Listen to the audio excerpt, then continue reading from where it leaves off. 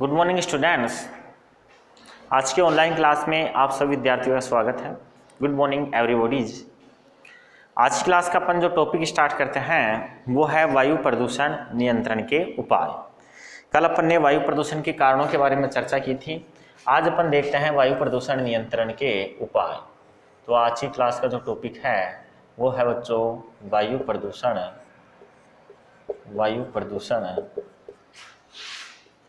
नियंत्रण के उपाय।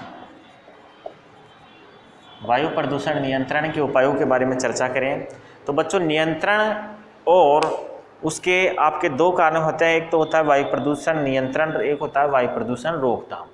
रोकथाम का मतलब है उसको बंद करना और नियंत्रण का मतलब है वायु प्रदूषण की जो मात्रा है उसको थोड़ा कम करना। तो पहले अपन नियंत्रण की बात करेंगे, उसके बाद उसके रोकथाम के जो कारक हैं उसकी चर्चा करेंगे। अपन देखते हैं सबसे पहले कि वायु प्रदूषण को किस प्रकार से हम नियंत्रित कर सकते हैं। तो देखो बच्चों, वायु प्रदूषण नियंत्रण के लिए सबसे पहले जो बात है वो ये है कि अपन वायु प्रदूषण को नियंत्रित करने के लिए वायु प्रदूषक जो पदार्थ हैं उनकी मात्रा को कम करें वायुमंडल के अंदर। वायुमंडल के अंदर इन वायु प्रदूषकों को कम करने के लिए अपन कई तरीके काम में लेते हैं, जिनमें मुख्य रूप से दो तकनीकी काम में आती हैं। पहली विधि है उसे बोलते हैं पृथक्करण विधि और दूसरी जो विधि है उसको बोलते हैं रूपांतरण विधि। दोनों विधियों के माध्यम से अपन वायु प्रदूषण को नियंत्रित कर सकते हैं। तो सबसे पहले अपन बात करते हैं वायु प्रदूषण नियंत्रण की दो विधियां हैं।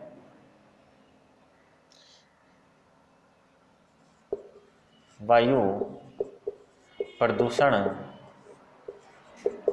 नियंत्रण की दो विधियां हैं जो निम्न है। वायु प्रदूषण नियंत्रण की दो विधियां हैं जो निम्न है। सबसे पहली जो विधि है उसको बोलते हैं पृथक्करणीय विधि। पहली विधि है जिसका नाम है पृथक्करण विधि। पृथक्करण विधि। पृथक्करण विधि की बच्चों अपन बात करते हैं तो इस विधि में अपन क्या करते हैं कि जो वायु प्रदूषक होते हैं उन वायु प्रदूषकों को वायु से अलग कर दिया जाता है। वायुमंडल जो होता है उस वायुमंडल से इन वायु प्रदूषकों को अलग कर दिया जाता है। अलग करने के लिए जो अलग अलग तकनीकी काम में ली जाती हैं उस आधार पे ये 3-4 प्रकार की होती हैं। इन प्रदूषकों को अलग करने के लिए तो छानकर प्रदूषकों को अलग किया जाता है, या फिर निस्संदन के द्वारा किया जाता है, या घोलकर, या फिर अधिशोषण के माध्यम से इन पदार्थों को वायु में से अलग कर दिया जाता है। तो इन पदार्थों को अलग करने की विधियों के आधार पर इसकी कुछ और विधियाँ हैं। तो सबसे पहले अपन लिखते हैं कि वायु प्रदूषकों को निस्संदन, छानकर, घोलकर या अधिशोषण द्वारा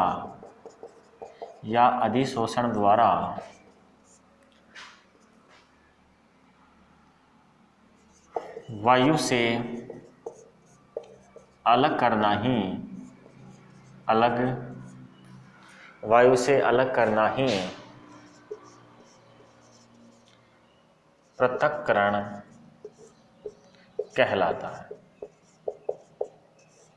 देखो बच्चों, वायु प्रदूषकों को निस्संदन, छानकर, घोलकर या फिर आपके अधिशोषण के माध्यम से अलग करना ही क्या कहलाएगा?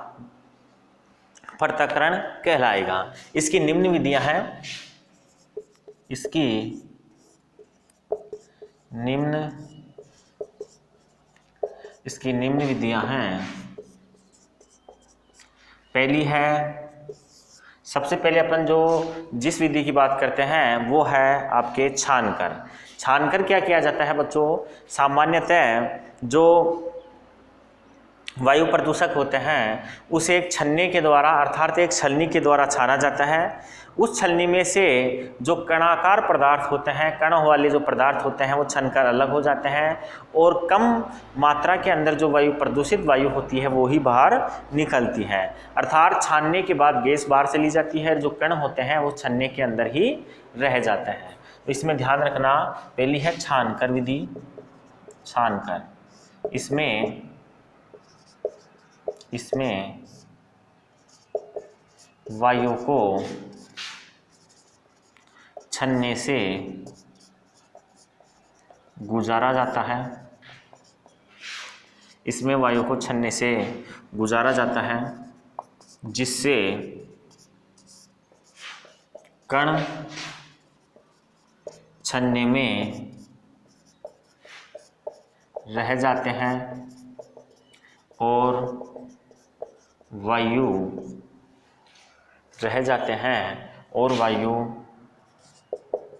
बाहर चली जाती है।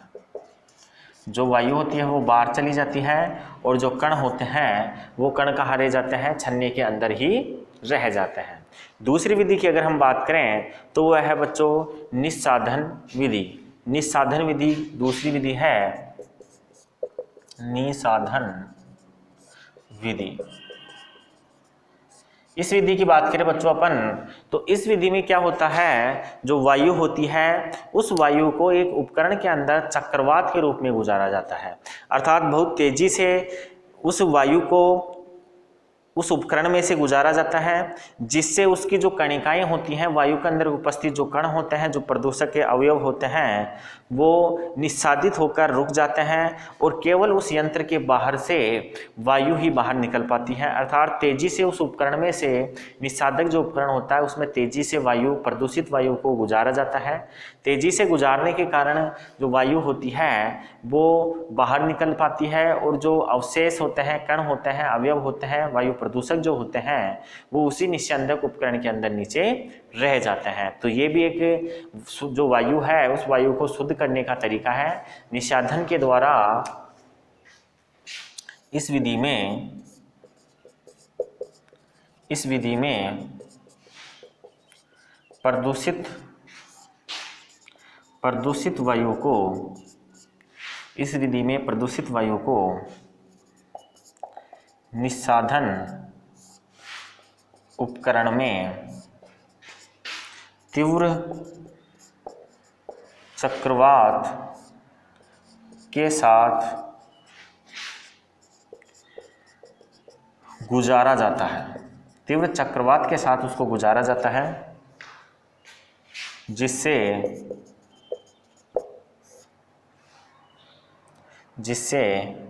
अपशिष्ट कण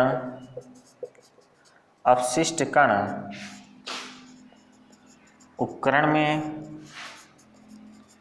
रह जाते हैं, अपशिष्ट कण उपकरण में रह जाते हैं और अपशिष्ट कण उपकरण में रह जाते हैं और अन्य और शुद्ध वायु बाहर निकल जाती है।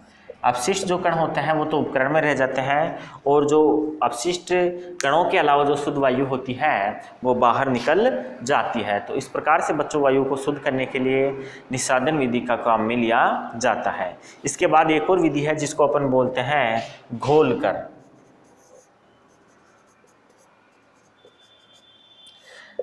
जैसा कि इसमें नाम है घोलकर, उसके तहत क्या होता है कि वायु जो होती है उस वायु को या तो जल में से गुजारा जाता है या फिर जल के अलावा किसी विशेष प्रकार के यंत्र में से वायु को गुजारा जाता है।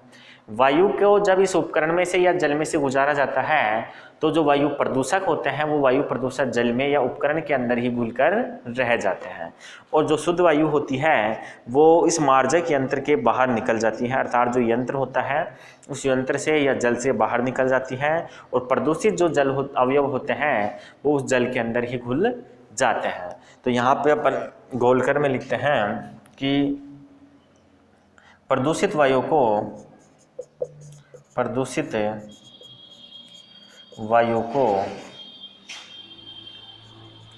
जल या किसी विशेष उपकरण में से गुजारने पर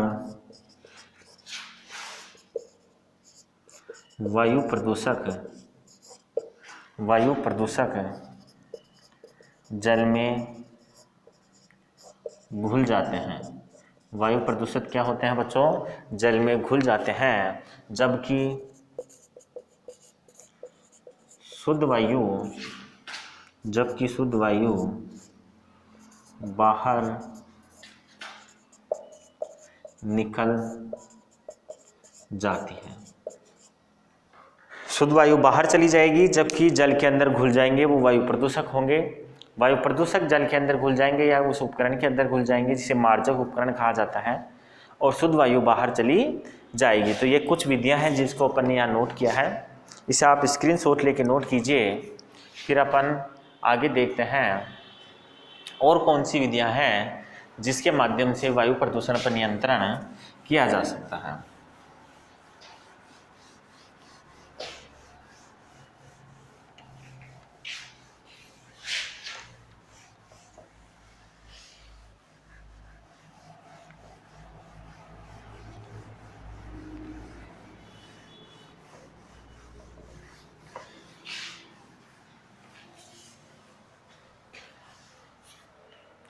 देखो बच्चों, आगे जो अन्य विधियां हैं उन विधियों की यदि हम बात करें तो एक विधि और है जिसको बोलते हैं अधिशोषण विधि।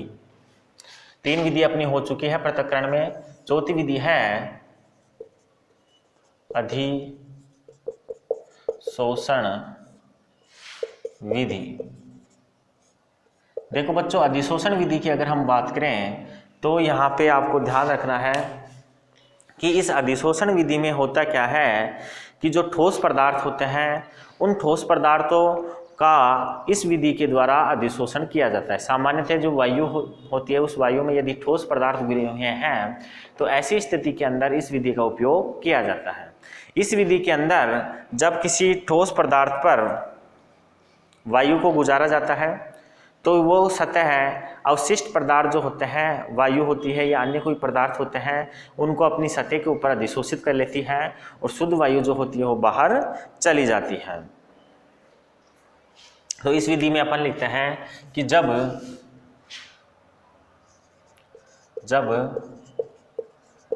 अशुद्ध वायु को किसी ठोस पृष्ठ से गुजारा जाता है, ठोस पृष्ठ से गुजारा जाता है तो अपशिष्ट पदार्थ उस पृष्ठ पर अधिशोषित हो जाते हैं। अपशिष्ट पदार्थ उस पृष्ठ पर अधिशोषित हो जाते हैं, जबकि शुद्ध वायु बाहर चली जाती है। ध्यान रखना यहाँ पे कि जो अपशिष्ट पदार्थ होते हैं वो अपशिष्ट पदार्थ ठोस पृष्ठ के ऊपर जमा हो जाते हैं, जबकि अन्य जो शुद्ध वायु होती है वो शुद्ध वायु बाहर निकल जाती हैं। तो ये आपके कौन सी विधि है? ये आपके 4th विधि है, पृथक्करण विधि जो है वो आपके कंप्लीट होती है। अब दूसरी विधि है जिसे अपन बोलते हैं रूपांतरण विधि। पृथक्करण विधियाँ की ये 4 विधियाँ पूरी होती हैं। वायु प्रदूषण नियंत्रण की जो दूसरी विधि है उसको अपन बोलते हैं रूपांतरण विधि। दूसरी विधि का नाम है रूपांतरण विधि। देखो बच्चों, रूपांतरण विधि क्या होती है? यहाँ हम बात करें तो सामान्यतः ये देखने में आता है कि वायु के अंदर जो अपशिष्ट पदार्थ होते हैं या वायु प्रदूषक जो होते हैं वो कितने खतरनाक हैं। यदि वो ज़्यादा खतरनाक होते हैं तो हम उसको क्या करते हैं, किसी कम खतरनाक पदार्थ में बदल देते हैं। अर्थात रासायनिक प्रक्रियाओं के माध्यम से, रासायनिक अभिक्रियाओं के माध्यम से वायु में उपस्थित जो प्रदूषित पदार्थ होते हैं उनको दूसरे रूप में बदलने की जो प्रक्रिया होती है उस प्रक्रिया को रूपांतरण कहा जाता है। और इसके लिए जो विधि काम में ली जाती है उसे रूपांतरण विधि कहा जाता है। तो ध्यान रखना, इसमें क्या होता है बच्चों, इसमें वायु में उपस्थित हानिकारक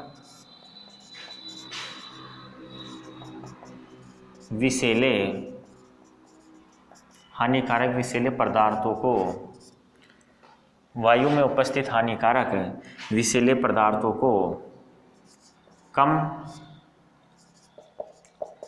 हानिकारक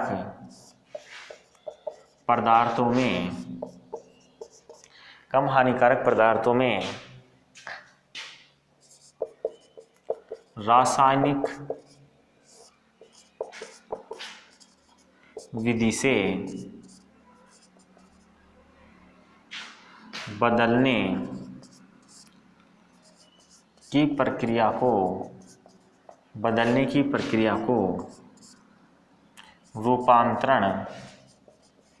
रूपांतरण विधि कहा जाता है। अर्थात इस विधि में क्या होता है बच्चों, इस विधि के अंदर रासायनिक विधि है। इस विधि में अपन हानिकारक पदार्थ जो होते हैं, विषैले जो पदार्थ होते हैं, उन विषैले पदार्थों को कम हानिकारक पदार्थों के अंदर बदल देते हैं, जिससे ये क्या करते हैं, ये वायु को प्रदूषण की जो मात्रा होती है उसको कम कर देते हैं। तो अभी अपन ने जो देखे वायु प्रदूषण नियंत्रण के कुछ उपाय हैं वो अपन ने देख लिए हैं। अब अपन देखते हैं वायु प्रदूषण के रोकथाम के उपाय। वायु प्रदूषण रोकथाम के उपाय। वायु प्रदूषण के रोकथाम के उपायों की हम बात करते हैं। सबसे पहले अपन देखते हैं कि वायु प्रदूषण की रोकथाम के लिए अपन क्या उपाय कर सकते हैं। पहला है बच्चों कानून एवं सामाजिक चेतना, अर्थात कानूनी एवं सामाजिक चेतना के माध्यम से भी अपन वायु प्रदूषण को रोक सकते हैं। तो ये है कानून एवं सामाजिक चेतना। कानून एवं सामाजिक चेतना के माध्यम से वायु प्रदूषण पर रोकथाम लगाई जा सकती है। ये किस प्रकार से लगाई जाती हैं इसके बारे में अपन बात करें तो सबसे पहले देखो बच्चों, कुछ नियम, कुछ कानून बनाए गए हैं जो वायु प्रदूषण फैलाने के लिए जो जिम्मेदार व्यक्ति होते हैं उन व्यक्तियों के ऊपर उस एक्ट, उन नियमों के तहत कार्रवाई की जा सकती है। सबसे पहले जून 1972 के अंदर संयुक्त राष्ट्र संघ के द्वारा स्टॉकहोम जो स्वीडन में है उस जगह पर अंतर्राष्ट्रीय कॉन्फ्रेंस का आयोजन किया गया था, जहां पर यह बताया गया था कि वायु प्रदूषण नियंत्रण के लिए पूरे विश्व के अंदर क्या कदम उठाए जा सकते हैं। सबसे पहले ये बात की गई थी, कब बच्चों, ये की गई थी जून 1972 में। संयुक्त राष्ट्र संघ जो है यूएनओ ने सबसे पहले वायु प्रदूषण के लिए, उसके ऊपर नियंत्रण करने के लिए, उसको रोकथाम करने के लिए स्टॉकहोम स्वीडन के अंदर एक कॉन्फ्रेंस का आयोजन किया था। ये स्टॉकहोम जगह है स्वीडन में। इस स्वीडन के अंदर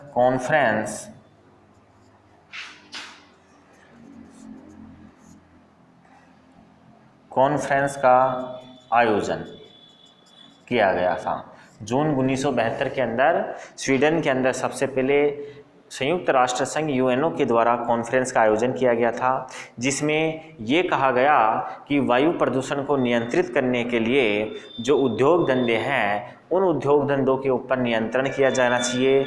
उसके ऊपर ध्यान रखा जाना चाहिए कि किस प्रकार से उन उद्योग धंधों से किस प्रकार से सुधार किए जाएं ताकि जो वायु प्रदूषण है वो कम मात्रा में हो। इस संबंध में कॉन्फ्रेंस, एक सम्मेलन का आयोजन किया गया। फिर हम बात करते हैं भारत की, तो भारत के अंदर वायु प्रदूषण निवारण नियंत्रण अधिनियम 1981 के अंदर बनाया गया। भारत में वायु प्रदूषण निवारण और नियंत्रण जो अधिनियम है वो 1981 में बनाया गया। वायु प्रदूषण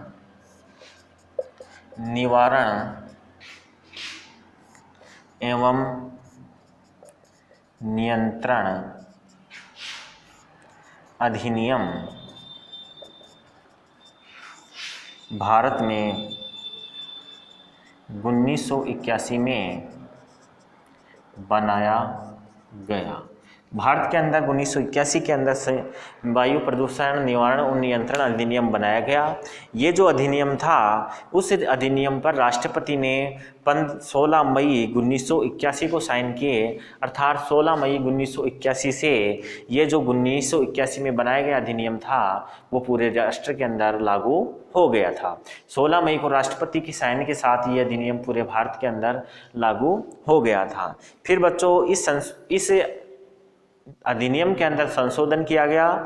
ये संशोधन किया गया था 1987 में और इस संशोधन को 1 अप्रैल 1987 को लागू किया गया और इस प्रकार से वायु प्रदूषण निवारण और नियंत्रण जो अधिनियम है वो 1987 के नाम से संशोधन के साथ 1 अप्रैल 1987 से पूरे राष्ट्र के अंदर लागू हो गया। तो अपन यहाँ लिख सकते हैं इसमें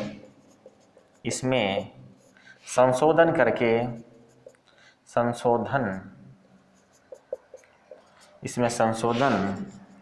करके 1 अप्रैल 1987 को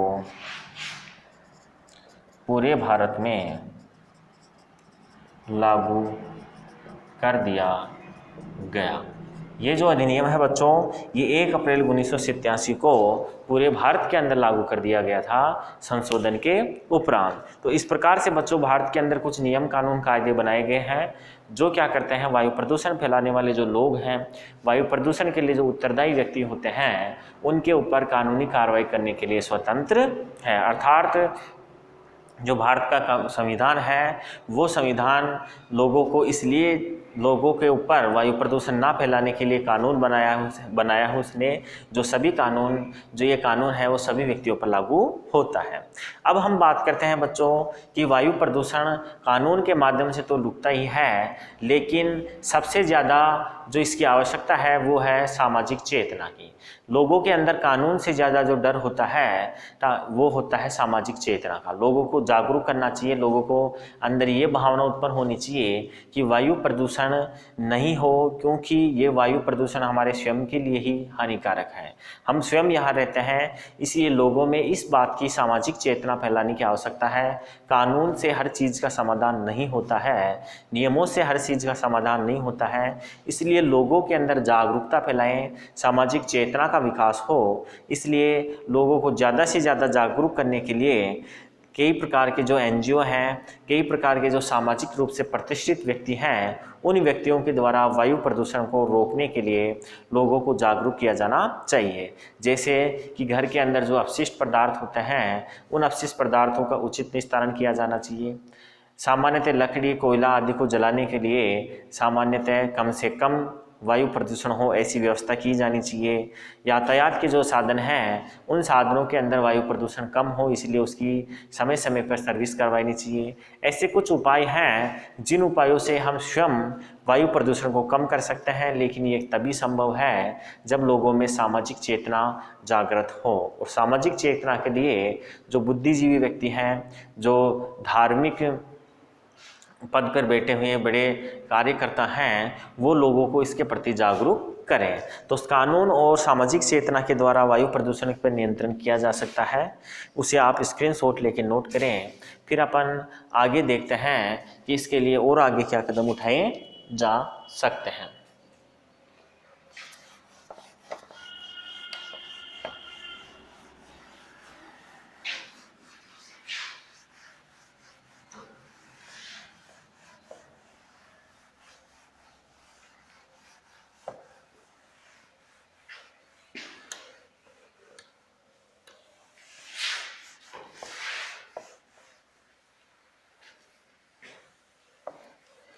वायु प्रदूषण रोकथाम के लिए हमारे द्वारा जो आगे कदम उठाया जा सकता है वो है प्रचार माध्यम।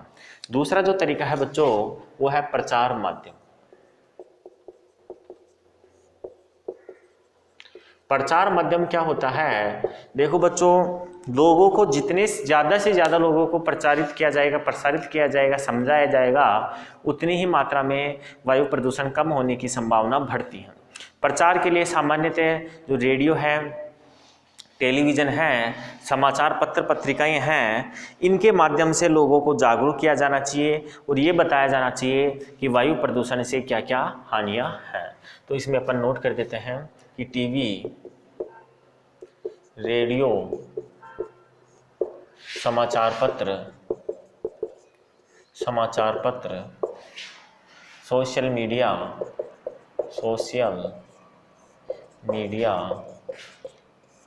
आदि से लोगों को वायु प्रदूषण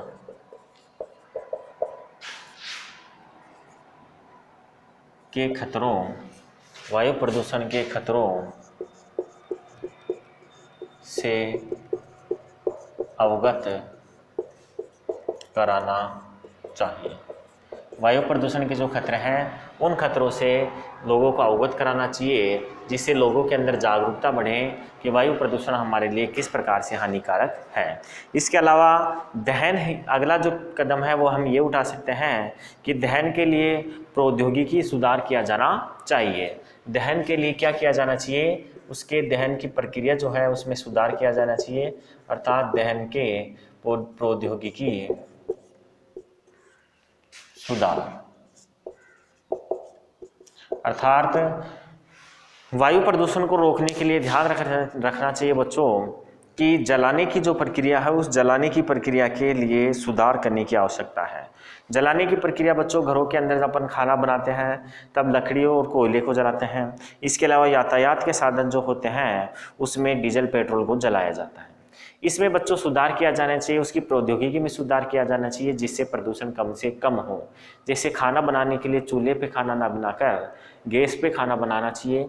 इसलिए आपको पता है वर्तमान सरकार ने उज्ज्वला योजना के तहत प्रत्येक घर के अंदर प्रत्येक महिला को खाना बनाने के लिए रसोई गैस में सिलेंडर, एलपीजी सिलेंडर उपलब्ध कराने के लिए योजना बना रखी है। तो ये कुछ ऐसे ही कदम हैं जो प्रौद्योगिकी सुधार के माध्यम से वायु प्रदूषण को कम करने के लिए उठाए गए हैं। तो अपन यहाँ नोट कर देते हैं कि कोयला,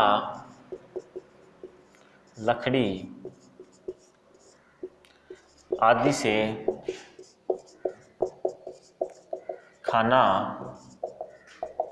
बनाने की बजाय एलपीजी का उपयोग करना चाहिए। अर्थात इस प्रौद्योगिकी सुधार किया गया है क्योंकि लकड़ी और कोयले से ज़्यादा प्रदूषण होता है, इसलिए एलपीजी का उपयोग करना चाहिए। अब इसके लिए सरकार को कदम उठाने चाहिए कि प्रत्येक व्यक्ति तक एलपीजी की पहुंच किस प्रकार से सुनिश्चित हो, केरोसिन की जगह एलपीजी की पहुंच किस प्रकार से निश्चित हो। और अभी कदम उठाए भी गए हैं उज्ज्वला योजना के तहत, लेकिन प्रत्येक व्यक्ति तक अभी भी एलपीजी का जो पहुंच है वो नहीं हो पाई है। इसके अलावा यदि हम बात करें तो कार्बनिक पदार्थों की जो चढ़ाव की उचित व्यवस्था होती है उसके नियंत्रण के द्वारा भी अपन उपाय कर सकते हैं। अगला कदम जो है वह है कार्बनिक पदार्थों के उचित चढ़ाव की व्यवस्था। देखो बच्चों, जो कार्बनिक पदार्थ होते हैं उन कार्बनिक पदार्थों का ये जनरली सामान्यतः उसका गुण है कि कुछ समय के बाद उसका किण्वन होता है। जब किण्वन की प्रक्रिया होती है तो उसमें कई प्रकार की गैसें उत्पन्न होती हैं जिससे आसपास का वातावरण होता है वो दूषित हो जाता है। इसलिए बच्चों ध्यान रखना चाहिए, इस सामान्यतः जो अपशिष्ट पदार्थ है, जैव अपशिष्ट पदार्थ होते हैं, उन जैव अपशिष्ट पदार्थों के सड़ने की जो प्रक्रिया है, किण्वन की जो प्रक्रिया है, उसके लिए एक उचित माध्यम तैयार किया जाए जिससे जैविक खाद भी निर्मित हो जाए और सामान्यतः उसका उपयोग खाद के रूप में भी प्रयुक्त हो और जो अपशिष्ट पदार्थ है वो वायु को भी प्रदूषित ना करे। इसलिए विभिन्न प्रकार की जो तकनीकी है उस तकनीकी में सुधार करना चाहिए और दूषित जो वायु है उसको बाहर न जाकर किसी गड्ढे के अंदर दबाकर उसको किण्वन की प्रक्रिया को संपादित किया जाना चाहिए।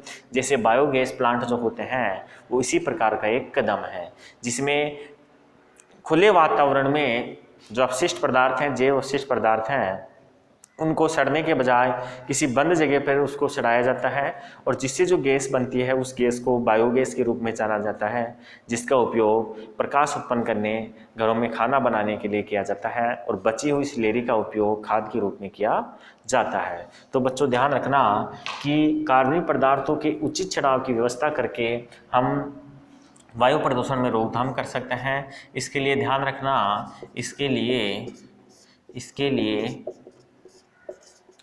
बायोगैस प्लांट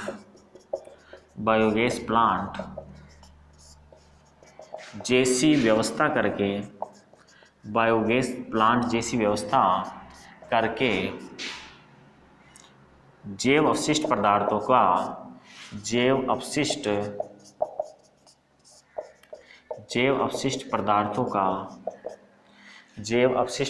का उचित निस्तारण किया जाना